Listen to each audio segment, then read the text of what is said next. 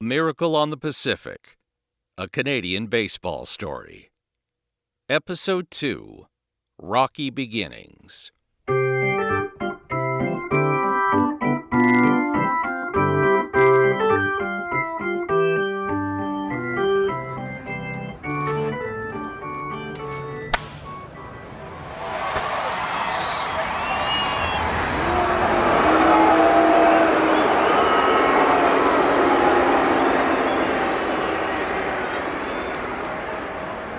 Opening day had been circled for months.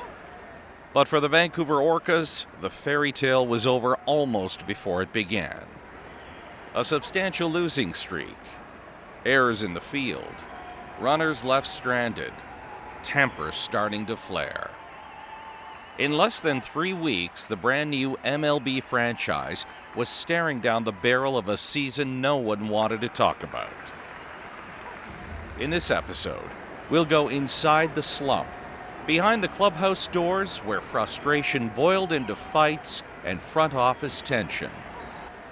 And we'll relive one night in mid-April, a single play that shifted belief from impossible to maybe.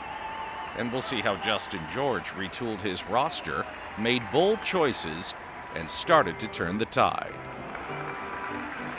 From the PNE Fairgrounds in East Vancouver, this is Miracle on the Pacific.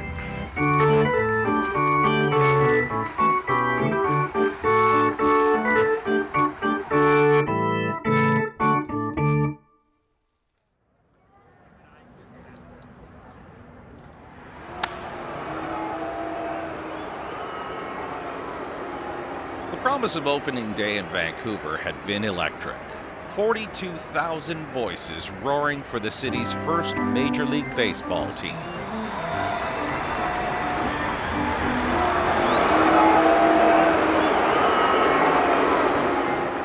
And then reality set in.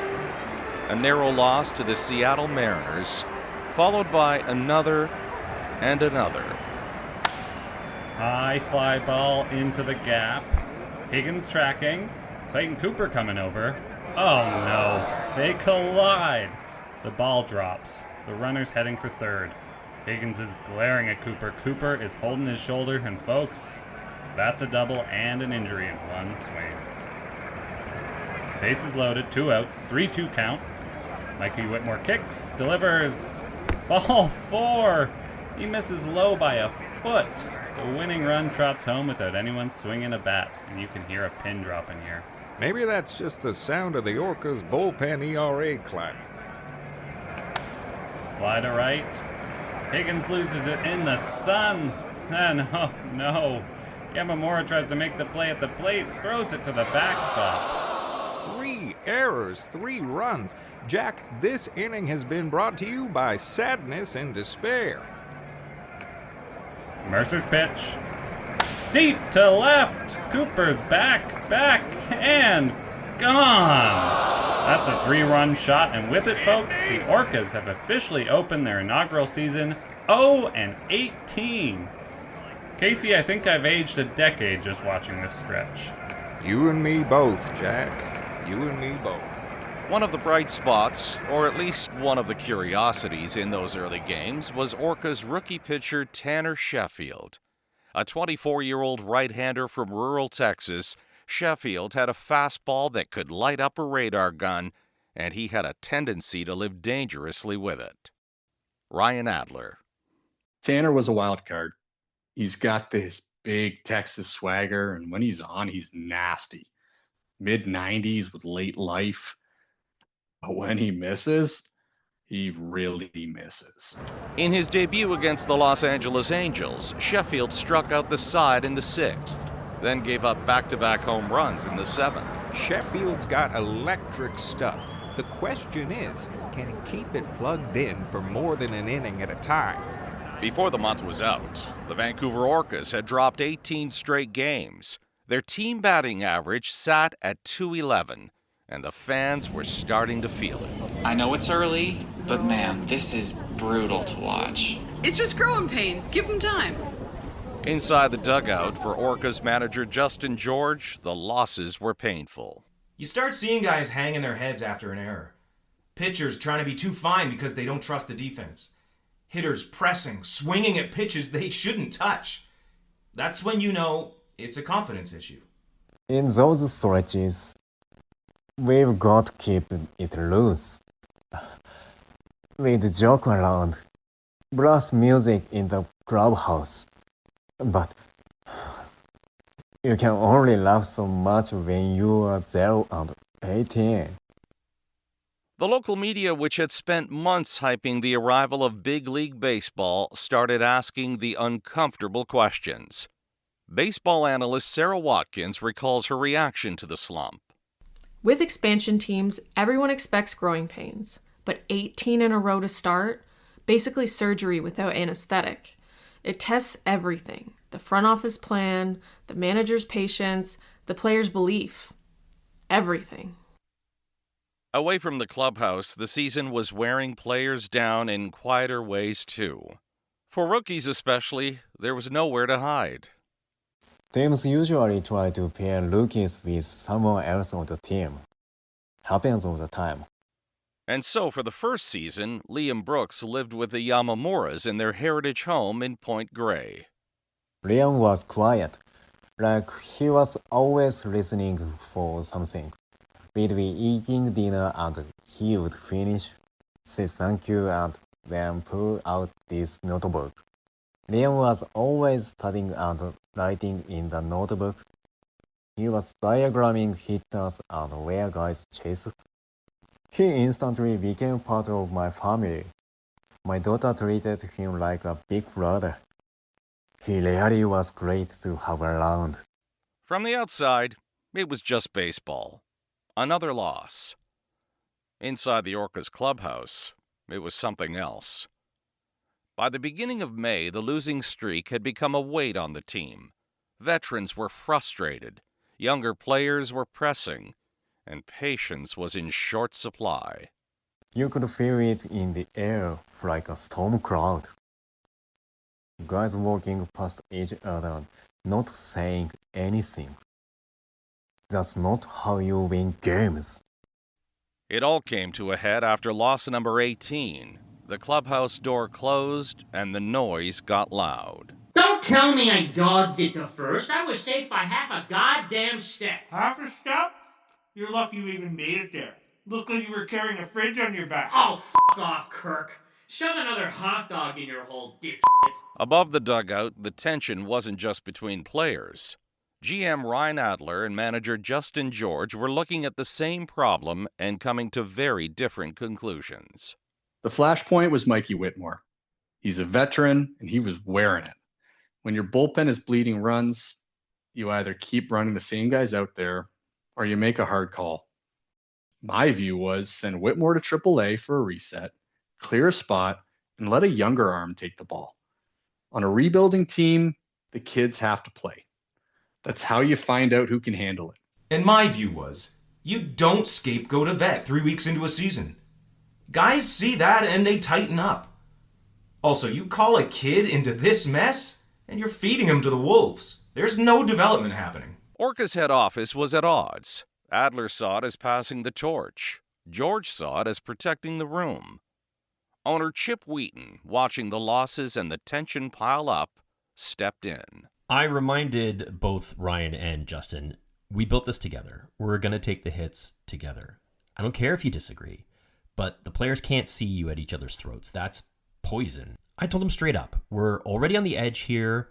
We've lost 18 in a row. The media's circling. Fans are looking for someone to blame. If they smell blood between the GM and the manager, you'll never get that trust back. I didn't really care if they settled it in a conference room, at a bar, or in a hotel parking lot. Just settle it.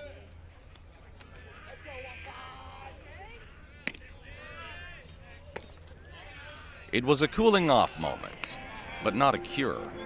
What no one knew then was that in less than a week, everything would change. It was a rainy April 15th at Pacifica Field. The Vancouver Orcas had lost 18 straight, the worst start in Major League Baseball. And somehow, as the game hit the top of the ninth, They were up 2 runs on the Cincinnati Reds. We've been living on the edge all night. Everyone was gassed. Nobody's giving inspiring speeches. At that point, you're just focused on trying not to do something stupid. 2 outs, top of the 9th. Orcas leading at 4-2. 1 aboard. Nathaniel Lowe stepping in, and he's been hot tonight. Whitmore's been tossing lightly in the bullpen, but George is sticking with his rookie. This is Sheffield's game to finish. 96 pitches already. 0-1 to Lowe. Sheffield working from the stretch. The pitch. That one misses Lowe. Ball 1. Not a bad spot. Trying to get him to chase, but Lowe's been patient tonight. 1-1. Runners take his lead off first, and the pitch. Just got a piece of that. Sheffield tried to sneak a heater inside, and Lowe's bat was just quick enough to spoil it. 1-2 now. The Orcas are 1 strike away from their first Major League franchise win. Yeah, and this is where you have to be careful, Jack. The outfielders are already playing deep, and you can't give him anything center cut.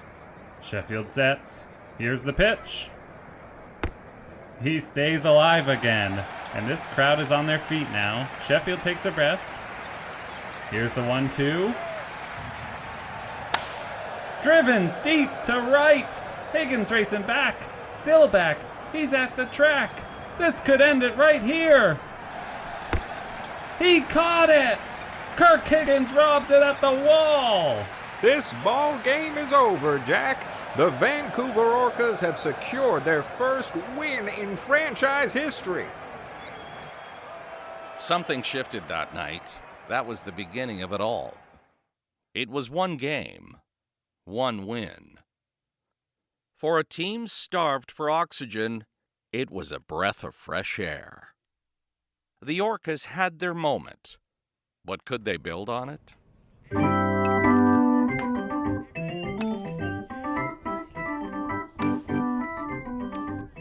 The win against Cincinnati gave the Orcas a pulse, but it didn't fix everything. They were 1-18. Their lineup was bleeding strikeouts.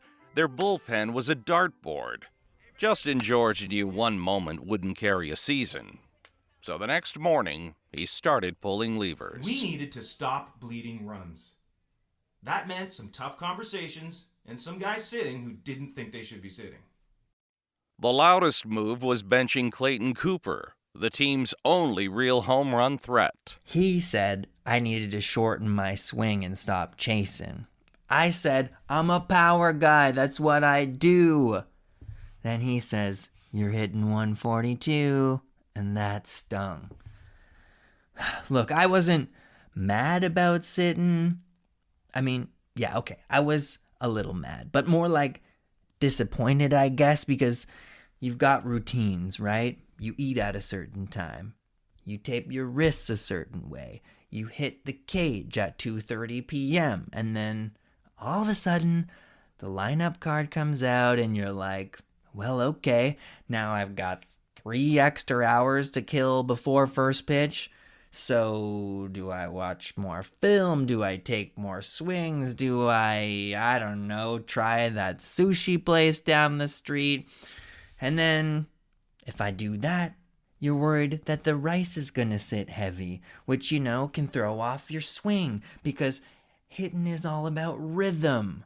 But also, hitting is about timing and also about confidence, which is a whole other conversation because once your confidence goes, your approach changes. And when your approach changes, pitchers can smell blood, which is why sometimes I think the mental side of the game is like 90% of it, maybe 95%, depending on the weather, because the weather can change everything. It's a little warmer. You don't need to warm up as much. You're feeling loose when you arrive. You're taking your first cut and you're like, I'm ready to go. But when it's cold, you show up and you gotta really thaw a bit before you can take that hard cut. And sometimes Sarah it's weird, Watkins. sometimes That was a lightning rod move. Benching your cleanup hitter after one win, it told the clubhouse nobody's untouchable. From a baseball standpoint, it just made sense. It also freed up the lineup to run more hit-and-run plays and put pressure on the defense. It was a tactical shift that made the offense harder to plan against. George shifted Kirk Higgins to leadoff, trading power for speed. In the bullpen, he reimagined Sheffield as his ninth-inning hammer. It was the kind of high-voltage arm who could close out a game in 20 pitches flat, even if it meant burning him 3 nights in a row. I mean, no, it wasn't sustainable. But in that moment, we needed structure. Guys knowing exactly when and where they'd be used. Top of the 8th here at Comerica Park, and the Vancouver Orcas are clinging to a 4-3 lead against the Tigers. Kirk Higgins steps in, already 2 hits tonight, a walk and a stolen base. He's been a menace out there, Casey. This is exactly what Justin George wanted, moving him to the top of the order. Get that speed on, make the defense think before the pitch even comes. First pitch. Called strike on the inside corner. Higgins shakes his head, but that's been the zone all night from Dingler behind the plate. Line drive into left center. That's going to drop for a base hit. Higgins rounds first and slams the brakes, thinking about 2. He's on for the 4th time tonight. Yamamura now. 2 big defensive plays last half inning. Here's the set. And Higgins is running. Throw down, not in time. Higgins swipes second without a throw. That's the new look Orcas, taking what they need when they need it. Whole different vibe than 2 weeks ago, Jack. They're forcing the Tigers to make plays, and that's exhausting over 9 innings. They didn't stop there. Game 2. Justin George pulled his starter after 4 innings, long before trouble, and the bullpen threw 5 scoreless. Game 3. Higgins led off with a triple. Yamamura drove him in, and the Orcas never trailed. In 3 nights, the Orcas outscored the Tigers 11-6, stole 7 bases, and turned 5 double plays. Energy was high, and for the first time all year, the standings didn't feel so lopsided. The sweep of the Tigers was proof that the Vancouver Orcas could take a punch and stay standing. But winning on the field was one thing. Winning in the front office was another. And weeks of tension still hung in the air for Ryan Adler and Justin George. We'd been winning a little, and you could feel it. Energy was up. But I knew, if Ryan and I didn't sort our out, eventually it was going to bleed back into the room. I mean, I was still a little pissed off. We were both convinced our way was the right way. Neither of us were wrong, and neither of us were listening. The meeting spot was George's cramped office beneath Section 112 at Pacifica Field. No reporters, no owner hovering, just 2 men having a chat. I was like, look, I'm not here to send guys down every time it gets messy. If someone's good enough to be here, I want them learning it here. And I told him, I'm not trying to stash anyone in AAA. But sometimes, stepping back gives a guy the space to fix something without feeling like the sky's falling. And once we got that out of the way, we started talking like 2 guys on the same team. We landed on some ground rules. I'd make sure young guys were put in spots where they could succeed. Justin would give them room to struggle without yanking the leash. And if something needed to be said, we said it in the office. Bottom line. They didn't walk out best friends, but there was a handshake. You make decisions in April that don't show up on the scoreboard for years. That's the part people forget. It's about not breaking someone before they're ready. Every rebuild has a moment where you realize that this isn't about roster spots anymore. It's about who's going to carry this thing when the noise gets loud, and whether you help them or got in their way. From that day forward, the dugout and the front office were pulling in the same direction. And the Orcas, for the first time all year, had a little wind at their backs. In the span of a few weeks, the Vancouver Orcas had lived the extremes of baseball. They trudged through an 18-game losing streak, so bleak it tested every ounce of belief inside Pacifica Field. They'd seen tempers flare, fists nearly fly, and the delicate chemistry of a brand new clubhouse start to fracture before it had even formed. But they'd also seen the spark. One catch on the warning track reminded them the game could still be theirs. Off the field, a handshake between Justin George and Ryan Adler finally pulled the front office into the same current as the dugout. There was enough trust to move forward. The Orcas were now a story of possibility. They were learning how to breathe in the deep end of the pool. Next time, a flicker turns into a flame. The Orcas ride momentum into summer, and the city starts to believe. New heroes emerge, the standings start to shift. And August in Vancouver becomes baseball's hottest ticket. That's in episode 3 of Miracle on the Pacific.